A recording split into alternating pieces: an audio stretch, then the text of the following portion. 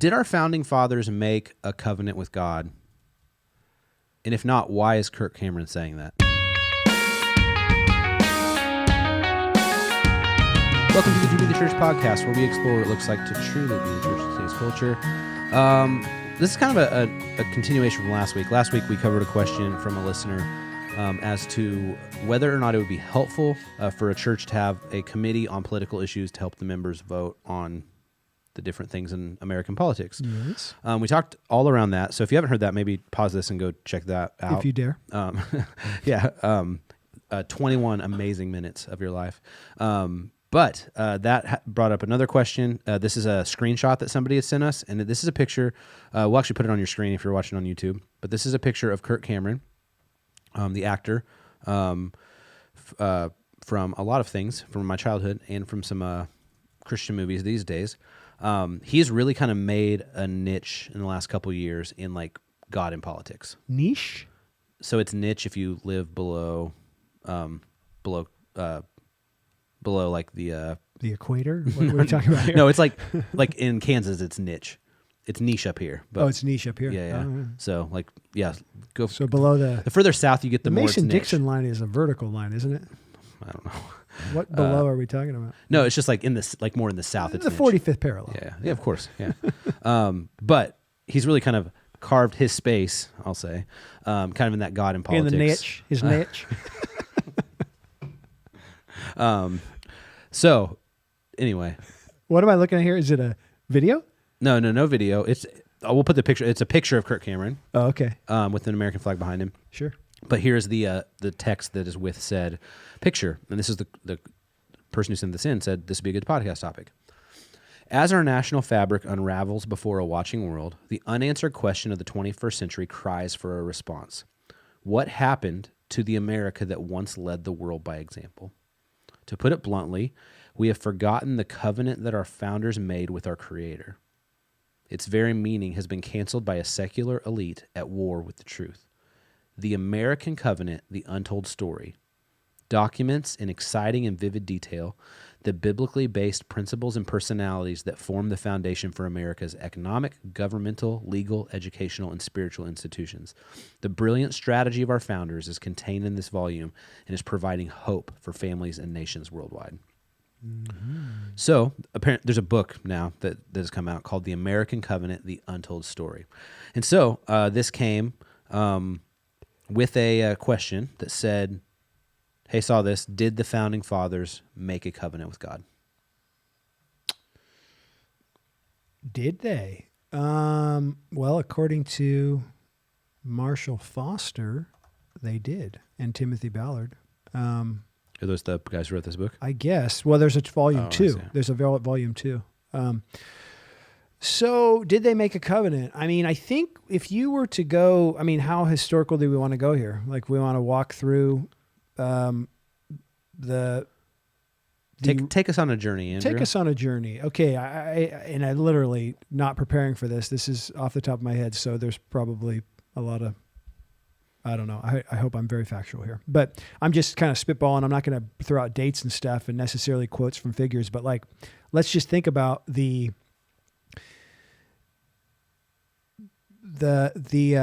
what year was the Mayflower? 1492? That's when Columbus sailed the ocean blue. That was Columbus.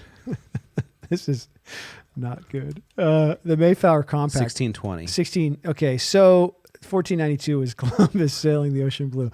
So just YouTube comments right now are So I think we'd have to go to like the Mayflower situation, the settlers of New Plymouth, the early 1600s. And I think that as they're fleeing religious persecution in England, in Britain, and they're coming over here, religious freedom was certainly a major thing that they were seeking. You have the Puritans, the early Puritans in Massachusetts and other places who appropriated language like a city on a hill. They had what could be like their eschatology was centered around an idea that you could probably even find in John Calvin in Geneva and in other places where, and again, I'm not going I know people are going to be listening, and I'm not being super precise here, but I'm just spitballing. Obviously, I almost said the Mayflower was in 1492, but you reminded me that was Columbus sailing the ocean blue. But so there's this understanding at that period of time, and with the Puritan understanding there of a culture and a place that is a city on a hill that is serves the Lord, all those things. You can read through the writings of the American Puritans and like find a lot about that. So that's sort of a root system there. And then you have the early American, the American Revolution, the stuff that the types of speeches and the types of things that you're going to read from guys like John Adams, and the types of stuff you're going to hear that came from George Washington and others, early presidents, early leaders. And they are, it'd be interesting to trace the language of covenant in that. I bet you could find a fair bit of covenant language in the sense of like serving God and the Lord and his providence and whatever else. And obviously there's deists, and a number of them were deists rather than like Orthodox Christians. But the civil religion that I mentioned last week that developed in the early American experiment was strong. You could say the force was strong with them as it relates to that kind of language. Even when you get to the dude, this is something you could study, like the language of the soul of the nation, right? It was one of Joe Biden's campaign things. Like, we're going to save the soul of the nation. Like, does America have a soul, right? Like, is America like a person where it has a soul that needs to be saved? And that's actually language that has rooting, and Barack Obama used a lot of that has language that has rooting in the Civil War era, in Abraham Lincoln, and language of absolution. The deaths of 600,000 plus soldiers in the Civil War, there's read through Lincoln's addresses during the Civil War, and you're going to read language of like, there's absolution coming from this, that this is somehow atoning for sins of slavery being kind of the original sin. This is not like a right of side of the aisle idea. This is as much on the left side as it is on the right side of the political aisle in America. So all that to say, like, obviously Kirk Cameron's coming from the right side of the aisle, but I think it's an interesting idea because the civil religion thing, the language of Scripture, the soul of the nation, you can look at this and see this in both political parties, and it's so going back, does America have a covenant with God in that sense? Is America the new Israel? Answer: no. Right. So in that sense, like, America is not Israel. We're not Old Testament Israel. We're not New Testament Israel. Right. America is not the church. America is a secular nation that, whatever else. So, but when you want to get into things of like, can a specific nation, serve the Lord in such a way that the Lord blesses that nation as he blessed Old Testament Israel? It's like you're starting to get into some really thin theological ice there. And so, the Lord has a plan for this world, and it is Jesus, and it is the kingdom, and that kingdom is present in the church, not in modern day Israel, not in modern day United States, not in modern day Britain. It is present in all those places, but through the church, right? And so the church, on that mission of God that he's doing, that he will complete as when Jesus returns, and will be completed at that point. So all this to say, it's a complicated question. It's like you go, objectively speaking, theologically, we could make an answer, which would be like, probably not. But objectively speaking, historically, did they presume themselves to be making a covenant with God? And is that very strong in our civil religion? The civil rights movement, dude, go through the civil rights movement, and Martin Luther King Jr. and Frederick Douglass before him. You're obviously back 100 years before him.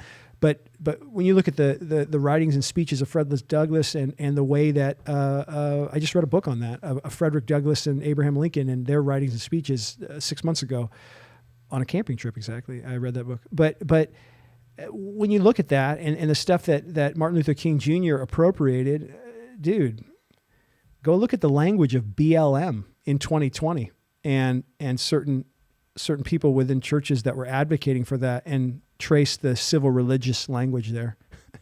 And I know of a pastor who talked about the civil rights movement being the birthright of the church around that period of time. So let's vet that out theologically. Really? Okay. So, and we're using Amos in that way, and we're using other places that talk about justice in that way. So are we talking about Christian nationalism here, or is that only apply to one side of the aisle? So I just think it's like, yeah, I'm obviously going off the top of my head and just ranting here, but yeah, I think that's a funny thing. Again, I look at the Kirk Cameron thing and I'm like, okay, interesting. But I just think we see it. People tend to see it more through partisan lenses than I think through a more objective a place. And I'm not claiming I'm objective in that at all. I'm just saying you see that reflected in our historical language in terms of the self-perception that this nation is unique. I read a book from a guy who's on the left side of the aisle 3 or 4 years ago on American exceptionalism and America being an example to the world. And this dude's a historian who leans left, and he was actually utilizing some of the campaign stuff of Barack Obama to talk about the way that we need to be an example to the world. And he talked about the term "city on a hill," which was utilized again from various presidents throughout American history, but Obama used it a lot. And how when we fit the ideal that of being just and of being these certain ways, then we become the exceptional nation that the whole world can look up to. But again, it's something that could be written and utilized a little bit different. Like Kirk Cameron writes it and utilizes it from, a specific political angle. And there are others who do it from another angle. But to me, it's fascinating that you see it all interwoven in American political discourse and in the idea of civil religion. So, the Mayflower was in the 1600s, not in the 1400s. That's the last thing I'll say. The last thing I'll say is that according to Merriam-Webster.com, niche is the more common of the two pronunciations in the U.S. Versus niche? Niche, yeah. Niche sounds a little bit uppity. It sounds a little bit like what are you trying to prove by calling it? So there's niche? also I found a website that says, why do Americans say niche like that? Yeah. Why does it have two pronunciations? It's because British English has adopted the French pronunciation niche, while American English widely hasn't. Oh, so the British pronounce it niche. Most Americans pronounce it niche. I'd never heard niche until I moved here. I could see curtsying when you say niche. It feels like a curtsy type word. They do the little bow. Yeah. Yeah.